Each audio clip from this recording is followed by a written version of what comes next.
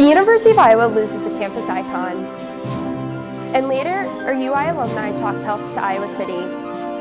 And Iowa has 2 players selected in the first round for the first time since 2019. A warmer day ahead of us in Iowa City.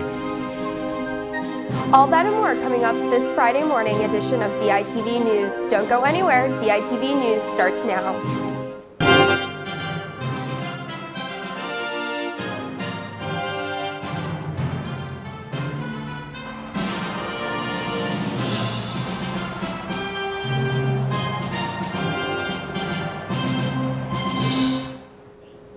Good morning and happy Friday. Thank you for tuning in live to DITV and KRUI 89.7 FM. I'm Christine Valora. The Carver College of Medicine at the University of Iowa is searching for a new vice president for medical affairs and a dean for the College of Medicine. 2 candidates were selected to come to the university for the first week of May to participate in open forums along with meeting faculty, staff, students, and campus leadership. The former holder of the positions, Brooks Jackson, announced last year he would step down so he could pursue research. Dr. Jackson has stayed in his position and will continue to until replacements are found for his roles. The forums will be held on May 1st and 8th at noon at 2117 Medical Education Research Facility. Zoom links will also be provided for those who want to attend below. Papa John passed away on Wednesday at the age of 94. DITV News Director Ashley Wheel has more on his life and legacy. Papa John immigrated from Greece to Iowa when he was young.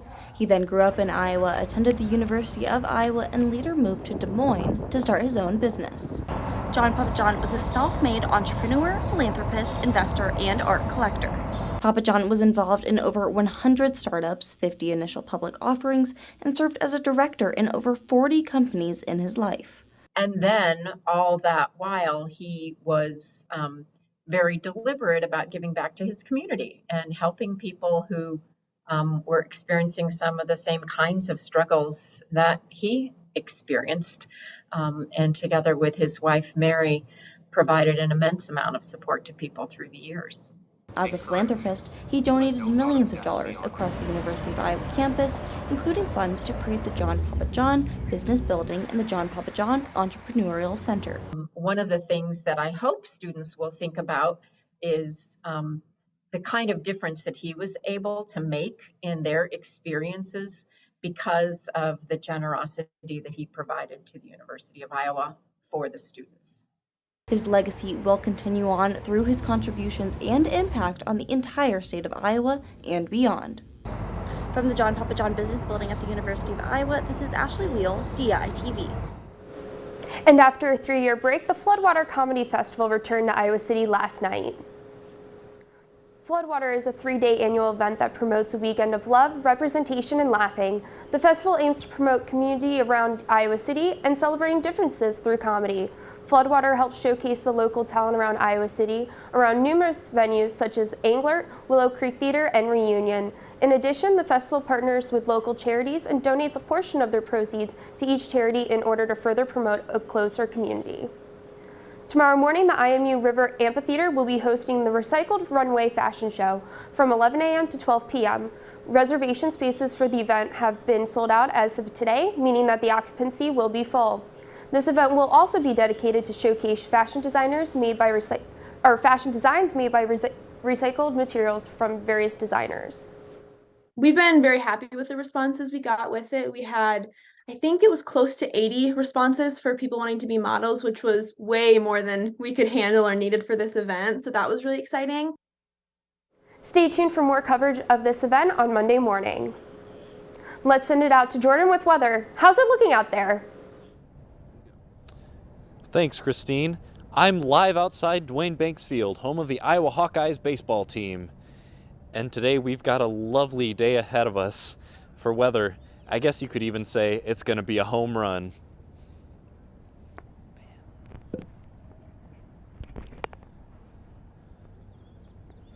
Today is expected to hit a high of 73 with low winds, and lows will drop to around 42 tonight. Tomorrow we'll see a slight drop in temperatures, but still decent with a high of 63 and a low of 38. But there is a potential for rain on Saturday night. Looking ahead into the weekend, We'll see temperatures relatively the same, ranging from the 50s to low 60s, albeit a bit windy. Thankfully, though, it'll stay mostly dry, and by Wednesday, temperatures will begin to creep up into the low 70s. Back to you in the studio, Christine. A new student organization has started to spread its roots across campus. The Cross Stitching and Embroidery Club was founded to help students learn the techniques involved with these two art forms. Yet for co-founder Rory Miracle, this club's mission reaches far beyond that. So we want to help people learn how to stitch, but then we also just want to provide a space for people to kind of hang out with each other. So I don't know, it's just kind of fun to get a bunch of people together, especially when I don't know, I feel like there's not really a market for people like in college to be doing that kind of thing. So it's just kind of fun to do it all in one space. And as final week approaches, the club has been a great resource for students to relax and decompress as they wrap up their semester. We've kind of been marketing it as like a very stress relieving, like calming activity, which is very necessary, especially in college. And I think it was nice to have our recent events like towards the end of semester when people really need a space to like unwind and not do schoolwork for a little bit. Students who are interested can contact the founder at the email below for more information or to join this new organization. The University of Iowa is holding a health conference later today from a former UI student. DITV News reporter Samantha Bidlema has the details.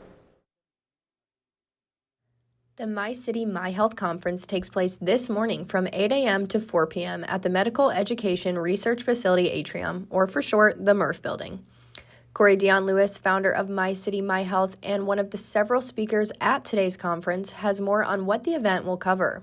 A conference where we bring together leaders in the city that they're serving. So talking about culture and healthcare, talking about prevention and mental health. Erin Litton, lecturer at the UI College of Health and Human Physiology, is excited for Lewis's return back to the UI. To be the place where, he started from the same department. So to be able to go full circle and connect with Corey and have Corey really mentor our students in a really meaningful way has been really inspirational. Lewis is also feeling good about coming back to the UI with high hopes of inspiring students and community members to get involved in wellness and health equity initiatives. Able to come back with something that if it wasn't for my experience at Iowa and the degree that I have, I wouldn't be doing My City, My Health or the Healthy Project. Samantha Bielema, DITV. Rainn Wilson is coming to the Angler Theater on Monday, May 1st. Wilson is best known for his role as Dwight Schrute on The Office. At the event, which is hosted by Prairie Lights, Wilson will also discuss his new book, Soul Bloom. In the book, Wilson talks about the need for spirituality in an overwhelming world. Wilson uses humor and his own distinct perspective to find healing transformation on both an individual and a global scale. He also takes a special interest in mental health. Angler Theater staff expect the turnout for the event to be big. I think we're all really excited. We're expecting a pretty big turnout. I think we're expecting around 500 people to come. And it's going to just be a really cool event. Tickets are $38 on the Angler Theater website. The ticket includes a pre-signed copy of Soul Bloom. There will also be a 1-hour book signing with Wilson after the event for people who prefer to buy their book at the theater. Now let's send it to DITV Sports with Michael Merrick.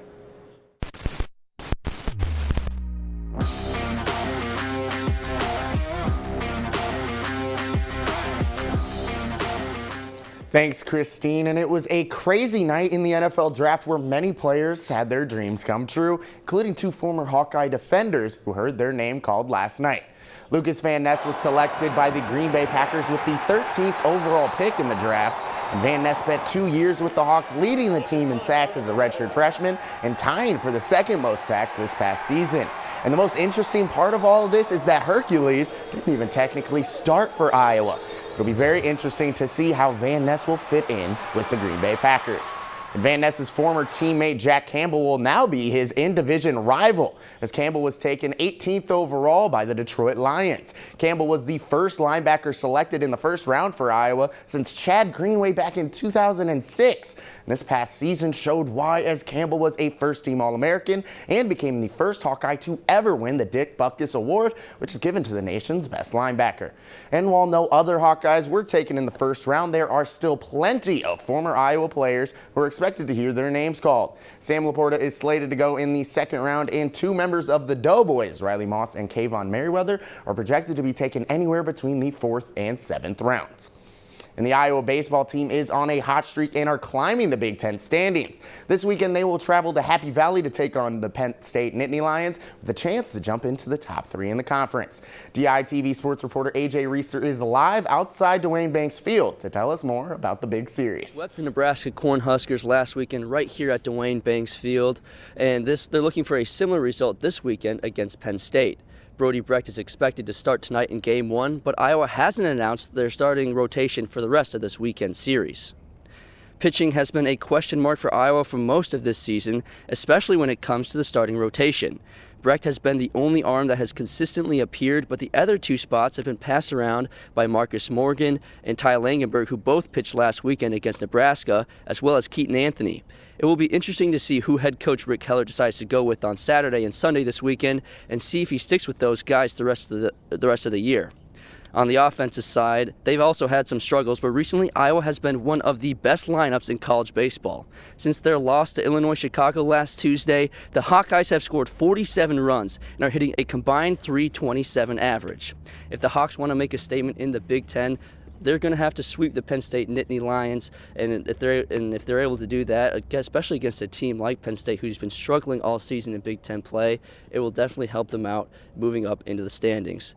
The first game starts tonight at 4 p.m., and you can catch the action live on Big Ten Network. Now let's toss it back to you in the studio, Michael.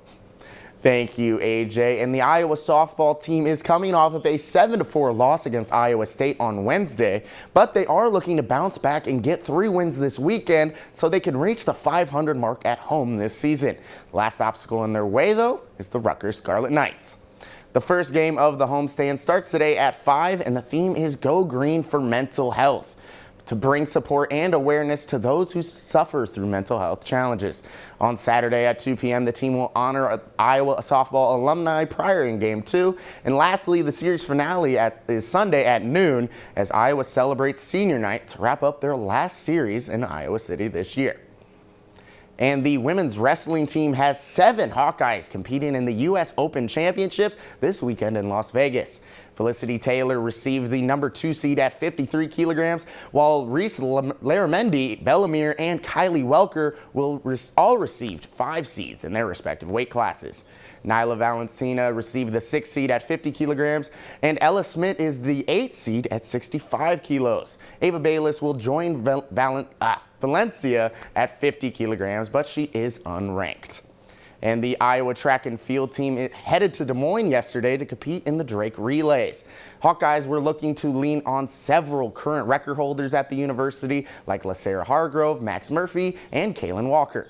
One standout, however, is Genoa McIver, who was named the Men's Big Ten Track Athlete of the Week on Wednesday. He currently holds the Iowa 400-meter record time at 44 seconds and 74 hundredths, which is the 7th fastest time in the entire country and leads the Big Ten.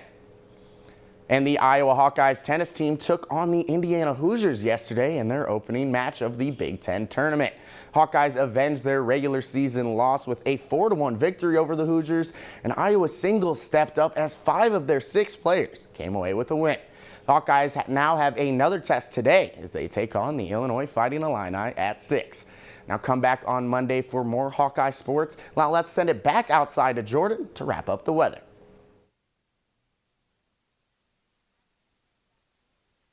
So today is National Superhero Day. Doesn't matter if you prefer DC or Marvel here. All superheroes are celebrated today.